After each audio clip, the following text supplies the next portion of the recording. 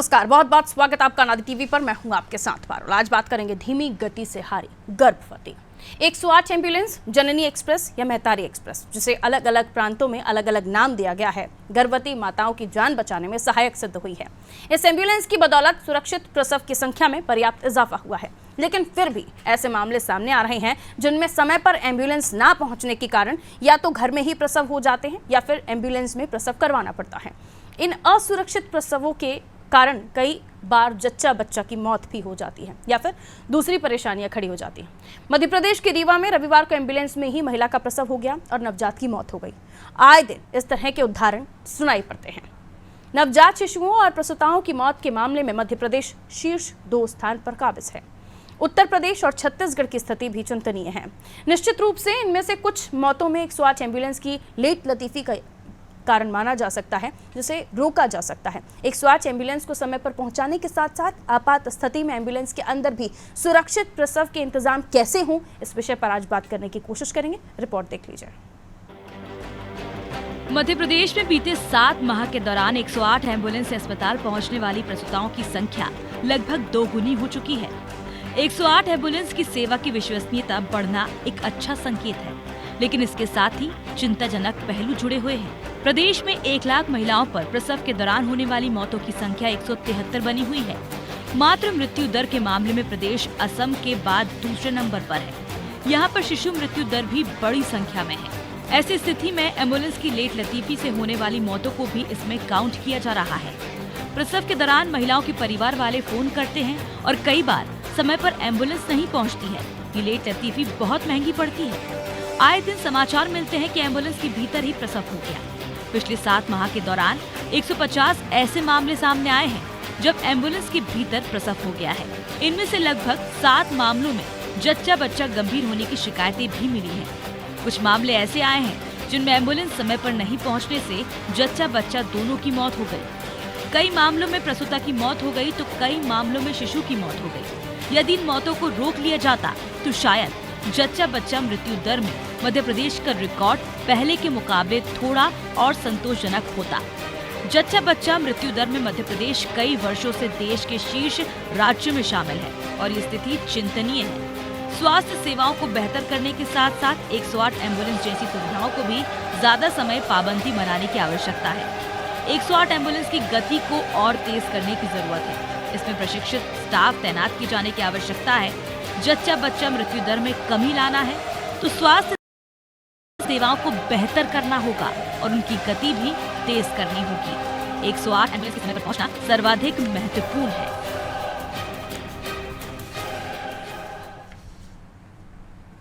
तो 108 ambulance services, जननी express, Mahtari express, इन तमाम अलग अलग नामों से इन एम्बुलेंस को जाना जाता है, लेकिन इनका काम यही कि प्रसूताओं को समय तक अस्पताल पहुंचाया जा सके। अगर देरी हो जाती है तो ये भी आंकड़े चिंताजनक हैं कि कई बार एम्बुलेंस में ही प्रसव हो जाता है। कई बार एम्बुलेंस में ऐसी स्थिति भी बन जाती है कि हालांकि जो नया मामला सामने आया उसमें बच्चे की मौत हो गई और वजह ये भी है कि वहाँ पर एम्बुलेंस के अंदर प्रशिक्षित स्टाफ नहीं था या वो सुविधाएँ नहीं थी जो एक प्रसूता को उस वक्त चाहिए होती हैं। बहरहाल विवेक हमारे साथ जुड़े हुए हैं। मध्य प्रदेश के बारे में हम जानकारी लेंगे, जहां पर लगातार हम ये चर्चा भी कर रहे हैं कि मध्य प्रदेश उन राज्यों में आगे है जहां पर जच्चा बच्चा मृत्यु दर जो है बढ़ रही है, शिशु मृत्यु दर बढ़ रही है, ज़्यादा है। और ऐसे में एम्बुलेंस में क्या कुछ बदलाव किए जा सकते हैं, जो लेट लतीफ़ी है उसे कैसे रोका जा सकता है, क्योंकि कई बार ऐसी भी खबरें आती हैं कि एम्बुलेंस कई बार अस्पतालों के बाहर कंडम पड़ी हुई हैं, एम्बुलेंस हैं लेकिन पहुंच नहीं रही हैं, लोगों को समय पर एम्बुलेंस नहीं मिल रही हैं, अगर अस्पताल पहुँच जाते तो स्ट्रेचर जैसी सुविधाएँ नहीं मिल पाती। विवेक, देखिए, मध्य प्रदेश में स्वास्थ्य सुविधाओं को लेकर सरकार बड़े बड़े दावे करती है, लेकिन आए ही दिन इन दावों की पोल भी खुलती है। और सबसे महत्वपूर्ण है कि स्वास्थ्य व्यवस्थाओं के लिए सरकार से ज्यादा जिम्मेदारी डॉक्टर और पैरामेडिकल्स की है। लेकिन अभी मध्य प्रदेश में जो संविदा स्वास्थ्य कर्मी हैं वो हड़ताल पर है, लिहाजा जो आरोग्य केंद्र है, जिला स्वास्थ्य केंद्र है, यहाँ पे जो NHRM के तहत जो भर्तियां हुई हैं, राष्ट्रीय हेल्थ मिशन के अंतर्गत जो भर्तियां की गई हैं, उनमें स्वास्थ्य कर्मचारी हड़ताल पर है और करीब मध्य प्रदेश में 35,000 से अधिक संविदा स्वास्थ्य कर्मी हैं जो नियमितीकरण और जो उनका वेतनमान है उसको फिर से लागू किया जाए। जो नियमित कर्मचारी हैं उनके बराबर वेतनमान लागू किया जाए, इसकी मांग को लेकर धरने पर है। और कल इसका सीधा उदाहरण देखने के लिए मिला कि डायल 100 सुविधा जो कि प्राइवेट हाथों में है, लेकिन पैरामेडिकल स्टाफ की कमी और गैर मौजूदगी के चलते कल एक बच्चे की मौत हो गई, नवजात की मौत हो गई।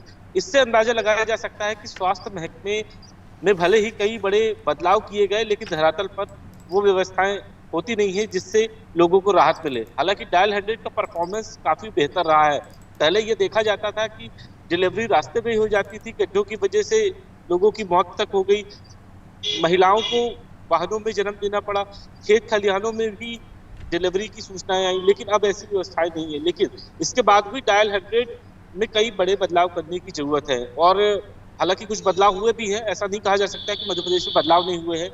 जो एक रिस्पांस सिस्टम मध्य प्रदेश में डायल 100 के जरिए बनाया गया, वो फिलहाल लागू किया गया और उसकी कुछ सफलताएं भी हाथ लगी है, लेकिन जो समय समय पे मॉनिटरिंग नहीं होना, इसकी वजह से सबसे ज्यादा डायल 100 की लापरवाही दिखाई देती है।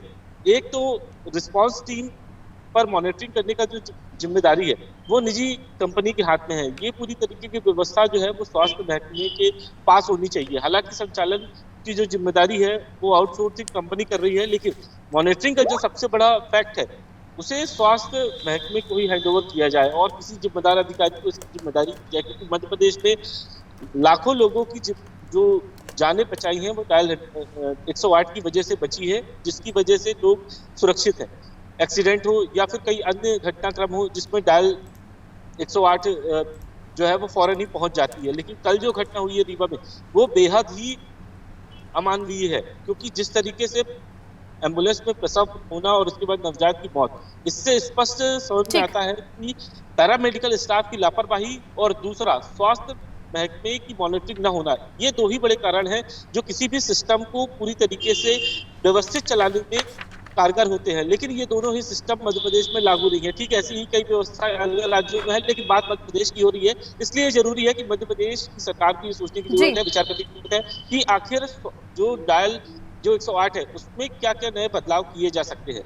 बिल्कुल, बहुत शुक्रिया विवेक जानकारी देने के लिए। तो डायल 100 या फिर जो एम्बुलेंस सेवाएं हैं, 108 एम्बुलेंस सेवाएं हैं, उनमें किस तरह के बदलाव किए जा सकते हैं जिनसे जो जच्चा बच्चा मृत्यु दर है या फिर शिशु मृत्यु दर है उनमें कैसे कमी लाई जा सके। और चलिए अब बात कर लेते हैं उत्तराखंड की। उत्तराखंड से सोनू हमारे साथ बने हुए हैं। देखिए, एम्बुलेंस सर्विसेज तो सभी स्टेट्स में है, लेकिन सभी की अपनी अपनी अलग अलग परेशानियां हैं। 108 एम्बुलेंस सर्विसेज को लेकर इन दिनों उत्तराखंड से भी कई ऐसी खबरें आई जिन्होंने परेशान किया, और लेट लतीफ़ी, कई बार जो ड्राइवर्स हैं उनका सही व्यवहार ना होना। सोनू, कितनी ऐसी मौतें होंगी जो प्रसूता या फिर प्रसव के दौरान हुई हैं, खासतौर पर एम्बुलेंस से जुड़ी उनकी कोई स्थिति रही हो, बताएं सोनू। देखिए पारुल, उत्तराखंड की अगर बात करें तो यहाँ इस प्रदेश की जो भौगोलिक परिस्थितियां हैं वो भिन्न हैं, और ऐसे में जो पर्वतीय इलाके हैं, जब जरूरत पड़ती है किसी महिला को खास तौर पर एम्बुलेंस की, तो उस समय से उपलब्ध नहीं हो पाती है, और जो व्यवहार है खासतौर से पैरामेडिकल स्टाफ का वो उतना संतोषजनक नहीं कहा जा सकता, और पैरामेडिकल स्टाफ की कमियां भी खास तौर पर देखी जा रही हैं। हालांकि जो विभाग के मंत्री हैं वो इन कमियों को दुरुस्त करने की बात कर रहे हैं, रिक्त पदों को भरने की बात कर रहे हैं। दो तरह की उत्तराखंड में एम्बुलेंस सर्विसेज हैं। एक तो वो है जो 108 है, जो सामान्य तौर पर एक्सीडेंट जैसे केस में सहयोग में काम आती है, और दूसरी खुशियों की सवारी के नाम से जो विशेष रूप से महिला प्रसूति महिलाओं के लिए है, जच्चा बच्चा को हॉस्पिटल और हॉस्पिटल से घर तक पहुंचाने के लिए है। ये दो एम्बुलेंसेज हैं, लेकिन ये दोनों व्यवस्थाएं जो गवर्नमेंट की इस स्टेट में है, इसके बावजूद जो प्राइवेट सेक्टर की एम्बुलेंस है उनका बोलबाला ज्यादा है। तो ऐसे में जरूरत है सिर्फ और सिर्फ राज्य सरकार के सरकारी तंत्र को और अलर्ट होने की, सीनियर अधिकारियों को एसी कमरों में बैठकर रणनीति बनाने की बजाय फील्ड में फोकस करने की, और खास तौर पर जो स्वास्थ्य विभाग के मंत्री हैं, स्वास्थ्य मंत्री हैं डॉक्टर धन सिंह रावत, उनको और ज्यादा अधिकारियों पर नजर रखने की और मॉनिटरिंग करने की बहुत ज्यादा जरूरत है। तभी हम इस व्यवस्था को बेहतर मान सकते हैं, तभी आए दिन हम जिस तरह की खबरें अपने दर्शकों तक पहुंचाते हैं, इन खबरों पर विराम लग सकता है। इनका जो ग्राफ है, जो आए दिन मृत्यु होती है, शिशु मृत्यु दर हो या फिर कई बार प्रसूता की मृत्यु की खबरें हम लोग अपने दर्शकों तक पहुंचाते हैं, इन पर विराम लग पाएगा। जी पारुल। बिल्कुल, ऐसे में देखना ये होगा सोनू कि जिस परेशानी को हम समझ रहे हैं, जिस चिंता को हम समझ रहे हैं, उतनी ही संवेदनशीलता से इस परेशानी को स्वास्थ्य अमला समझें। वो तमाम जिम्मेदार जिनकी जिम्मेदारी है कि 108 एम्बुलेंस की सुविधा हर उस ज़रूरतमंद को मिले जिसे सही समय पर इलाज की ज़रूरत है और सही समय पर उसे अस्पताल पहुँचाया जा सके। लेकिन आपने भी बताया कि किस तरह से पहाड़ का इलाका और वहाँ पर कितनी परेशानियों का सामना करना पड़ता है। बहुत शुक्रिया सोनू जानकारी के लिए।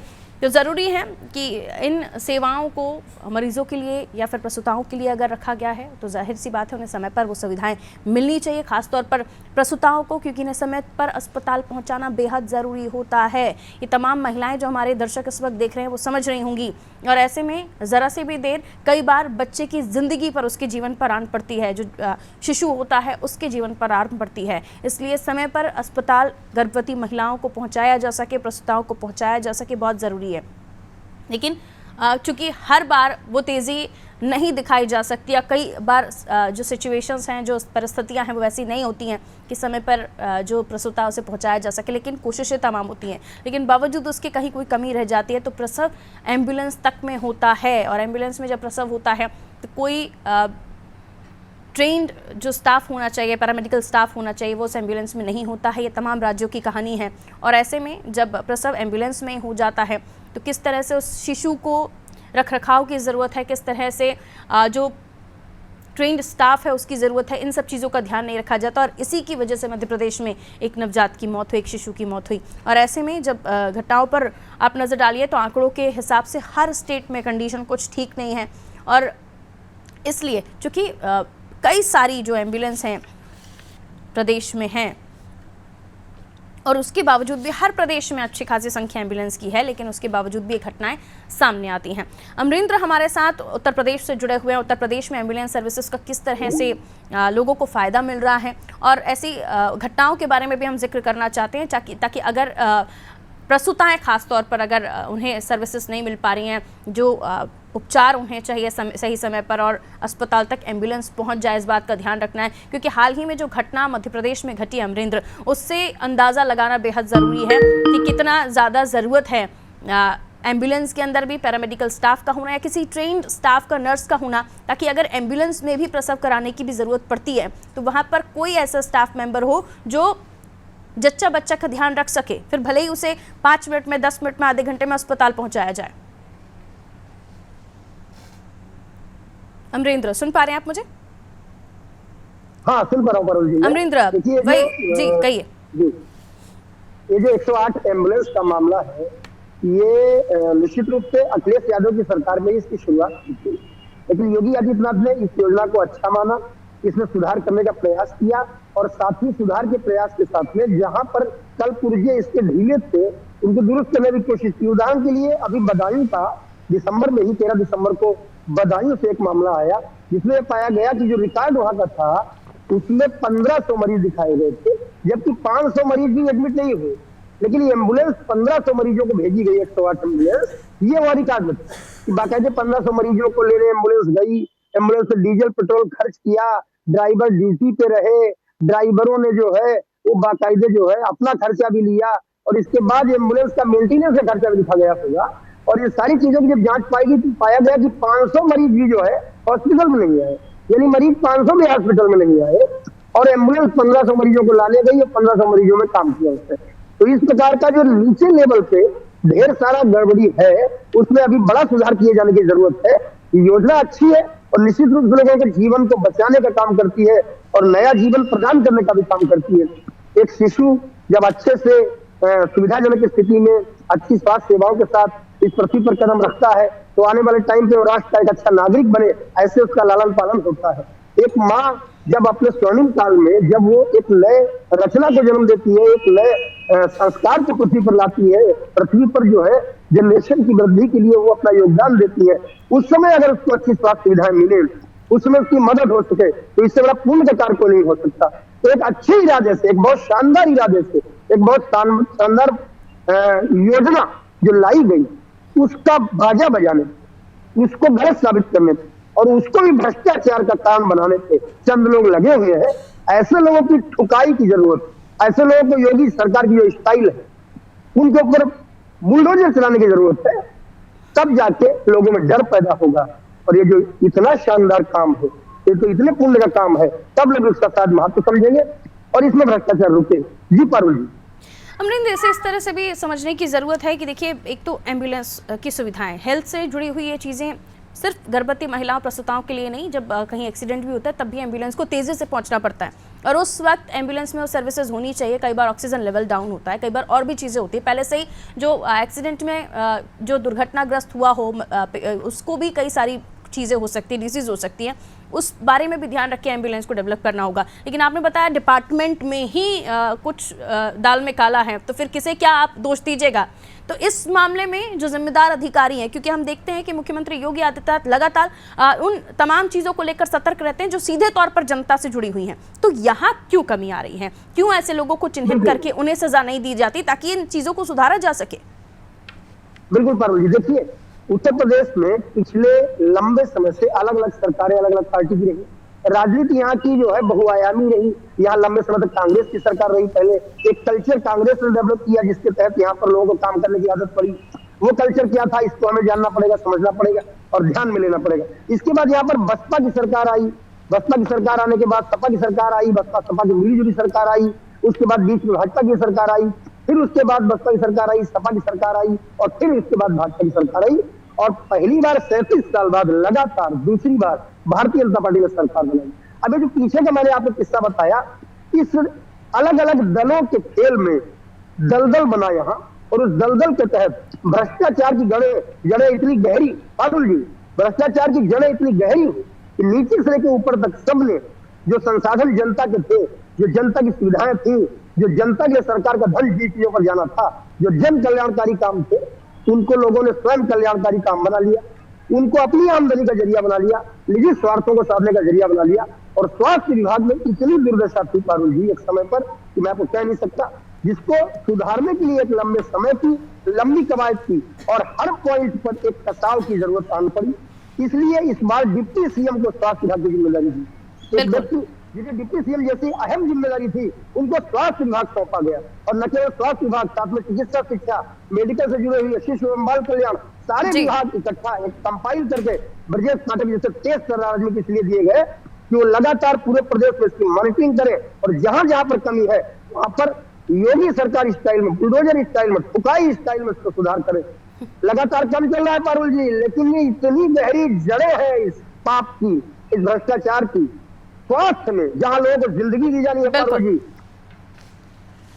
कई सारी ऐसी चीज़ें हैं जिनको दुरुस्त करने की ज़रूरत है और ख़ासतौर पर जब उत्तर प्रदेश की बात कर रहे हैं तो अमरिंदर ने बताया किस तरह से इस पूरे सिस्टम में कसावट की ज़रूरत है, भ्रष्टाचार को ख़त्म करने की ज़रूरत है, उसकी जड़ों तक पहुंचकर उसे ध्वस्त करने की ज़रूरत है। क्योंकि लोगों को सुविधाएं देने के लिए बजट तो खूब आता है, लेकिन लोगों तक सुविधाएं शायद उस हद तक नहीं पहुँच पाती और इसी की वजह से जो मरीज़ हैं उनको इसका हर्जाना भुगतना पड़ता है। क्योंकि टैक्स तो उनसे बराबर लिया जाता है, टैक्स तो हर परिवार से लिया जाता है, लेकिन जब उन्हें सेवाएं देने की बात आती हैं तो सिर्फ मुंह ताकते हैं वो। कई बार सुविधाएं मिल भी जाती हैं, ऐसा नहीं है कि हमेशा ऐसा ही होता है, लेकिन कई बार ऐसा होता है कि ये तमाम योजनाएं भ्रष्टाचार की भेंट चढ़ती हुई दिखती हैं।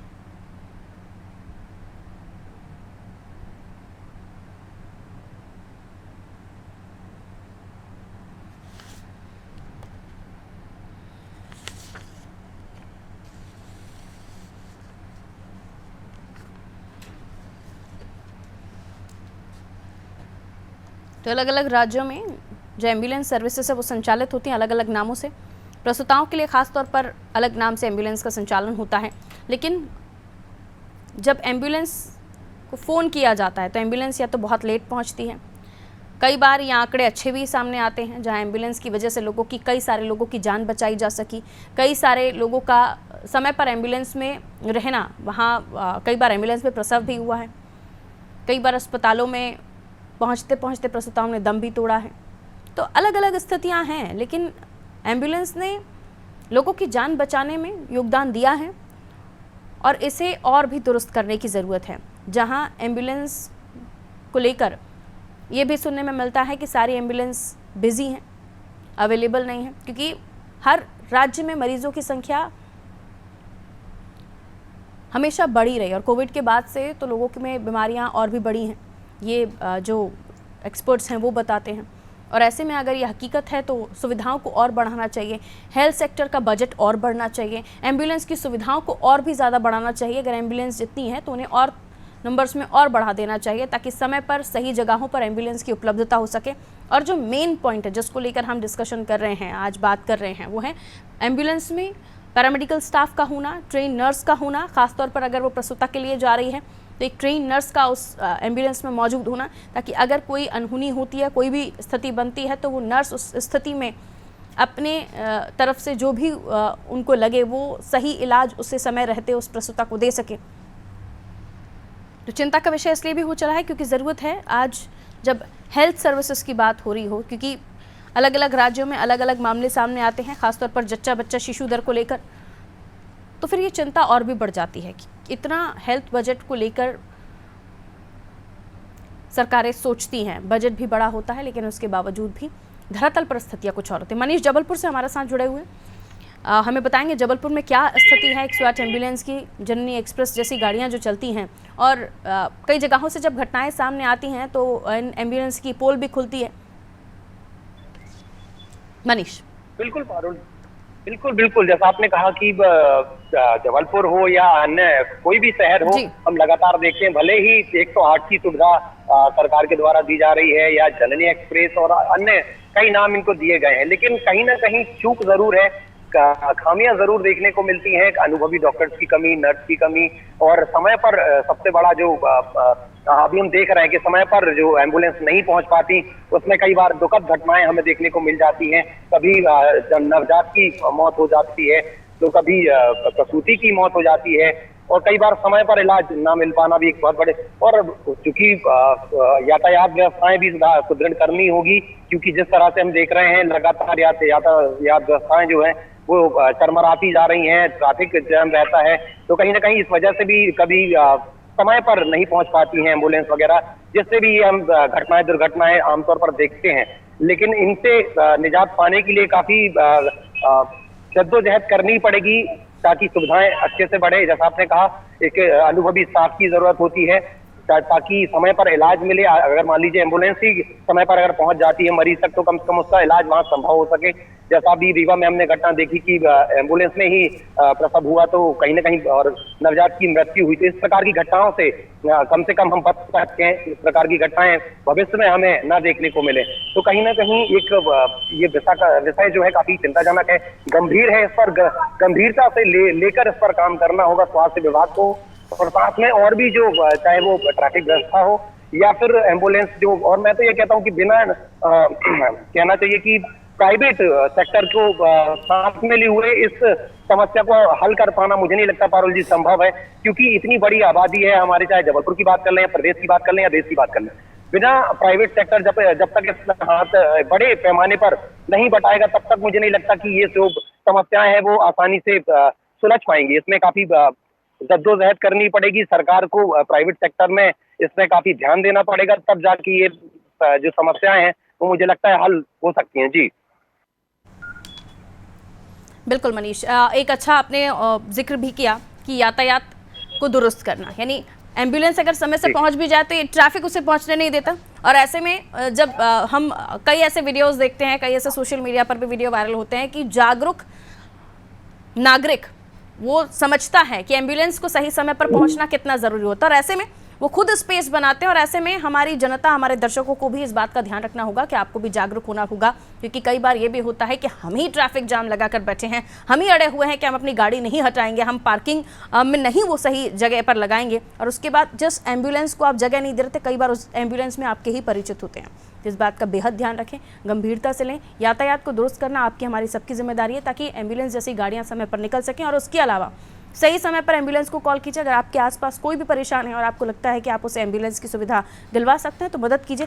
हाँ, स्वास्थ्य विभाग की अपनी जिम्मेदारी बनती है, एम्बुलेंस चालकों की अपनी जिम्मेदारी बनती है, और सिस्टम सरकार की भी अपनी जिम्मेदारी बनती है कि एम्बुलेंस में वो सही सुविधाएं होनी चाहिए। चलिए छत्तीसगढ़ की बात कर लेते हैं। नदीम हमारे साथ जुड़े हुए हैं। देखिए रायपुर में जननी एक्सप्रेस, मैतारी एक्सप्रेस जैसी योजनाएं हैं और सही समय पर इस एम्बुलेंस का पहुंचना बेहद ज़रूरी होता है, क्योंकि कई ऐसे छत्तीसगढ़ के ग्रामीण अंचल हैं जहां पर एम्बुलेंस पहुंच नहीं पाती है। क्या स्थिति है नदीम, छत्तीसगढ़ में एम्बुलेंस की सही समय पर पहुँच पाती है? क्या कुछ कमियाँ आप आंकलन करते हैं, बताएँ नदीम। आवाज़ मिल रही है नदीम आपको मेरी? जी बताइए। देखिए, जिस प्रकार से 108 हो या मैतारी जतन योजना हो, जिसके चलते छत्तीसगढ़ ने राष्ट्रीय स्तर का पुरस्कार स्वास्थ्य सेवा में जो है मेडिकल यूनिट भी जो है इसके जरिए जो है यहाँ पर जो है सम्मान पाया है, राष्ट्रीय स्तर पे सम्मान किया जा सकता है। लेकिन इस पूरे मामले में देखिए कहीं ना कहीं बहुत सारी खामियां, बहुत सारी दिक्कतों का सामना करना पड़ता है। कई बार ये शिकायत मिलती है कि 108 की जो एम्बुलेंस है, ये एम्बुलेंस जो है वो प्राइवेट हॉस्पिटलों में भी जो है एडमिशन जो है वो लेकर जाती है, तो प्रावधान नहीं है। इस तरह के बहुत सारे ऐसे मामले हैं जिसमें जो है इस तरह जो है एम्बुलेंस की सुविधा को लेकर के उठते हैं। इस तरह अगर देखा जाए तो मध्य प्रदेश और छत्तीसगढ़ में नवजात शिशुओं के मामले में मध्य प्रदेश शीर्ष स्थान पर काबिज है। छत्तीसगढ़ की स्थिति भी जो है वो इस मामले में चिंताजनक है, क्योंकि लोग का विश्वास जो है वो शासकीय सेवाओं में जो है वो कम होता है। प्राइवेट अस्पतालों की, प्राइवेट एम्बुलेंस की सुविधा ज्यादा लेते हैं। यही वजह है कई सारी ऐसी गड़बड़ियां बीच बीच पर निकल के आई है। एम्बुलेंस के नहीं होने से सुदूर बिल्कुल। अब ऐसे में जब हेल्थ सर्विसेज को इम्प्रूव करने की बात आ रही है, उनकी और अच्छी हो सके, इन तमाम चीज़ों को लेकर हमने देखा कोविड के बाद से लगातार इस पर ज़्यादा चिंतन किया जाने लगा है। और जब व्यवस्थाओं को दुरुस्त करने की बात आ रही है तो एम्बुलेंस सर्विसेज भी हर स्टेट में प्रॉपर होनी चाहिए। एम्बुलेंस में एक्सपर्ट्स का होना या फिर ट्रेन स्टाफ का होना बेहद आवश्यक है, खासतौर पर जब एम्बुलेंस प्रसूताओं के लिए जा रही हो, क्योंकि शिशु मृत्यु दर लगातार बढ़ रही हैं। और ऐसे में इस बात का बेहद ख्याल रखते हुए एम्बुलेंस उस तरह से भी तैयार होनी चाहिए। किसी पर्टिकुलर पेशेंट के लिए, अगर वो हार्ट का पेशेंट है, अगर वो प्रसूता है, किसी भी चीज़ के लिए अगर एम्बुलेंस है तो उनको लेकर व्यवस्थाएं बहुत ज़रूरी, क्योंकि समय पर पेशेंट का अस्पताल पहुंचना ज़रूरी होता है, तब जाकर उसकी जान बचाई जा सकती है। और ये जो समय की तेज़ी है, ये कितनी महत्वता रखती है उस समय पर। अगर आपने इस पूरे किसी भी चीज़ को फेस किया है तो आप बहुत अच्छे से समझ सकते हैं। बहरहाल दीजिए इजाज़त, रखिए अपना ख्याल, नमस्कार।